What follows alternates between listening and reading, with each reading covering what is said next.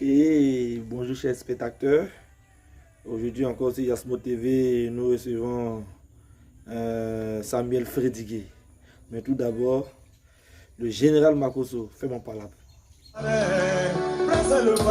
Si je ne vois pas quelqu'un partager la vidéo, je vais m'énerver là.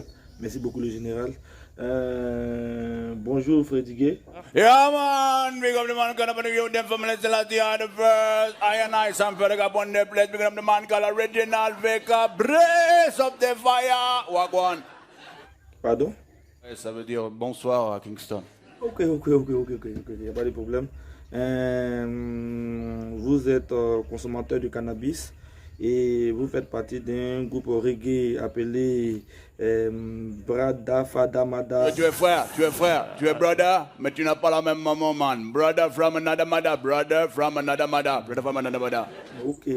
Donc c'est un groupe reggae que tu fais partie. Et souvent vous voyagez à Yasmo City.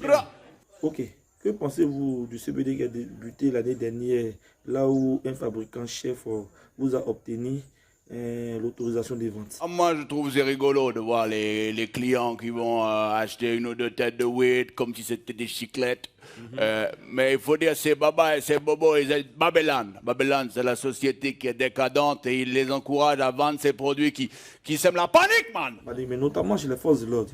Les pauvres policiers, man, ils ne peuvent pas faire la différence entre le CBD et la CNC, man. La CNC Milia, man. La ganja, la weed, la marijuana, la kaya, man, whatever. Allah! Les boys de police, man, ils peuvent pas faire la différence, man. Il faut qu'ils aillent goûter le produit.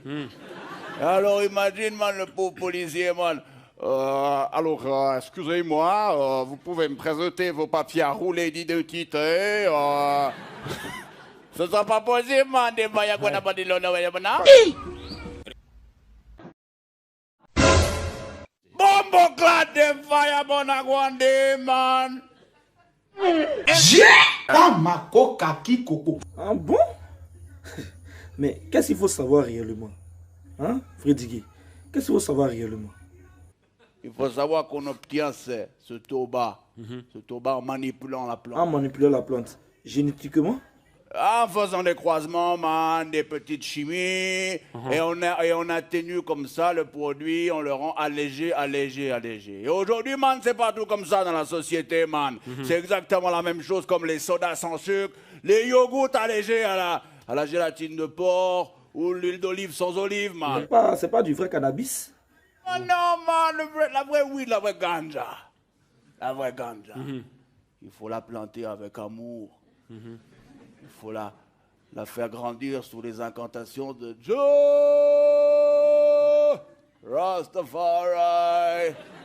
Et ensuite, il faut la récolter, la faire sécher, la fumer pure, sans tabac, man. Comme dans la chanson. Give me the weed, good ganja weed, but I want it, whatever they got it for the weed. Ah!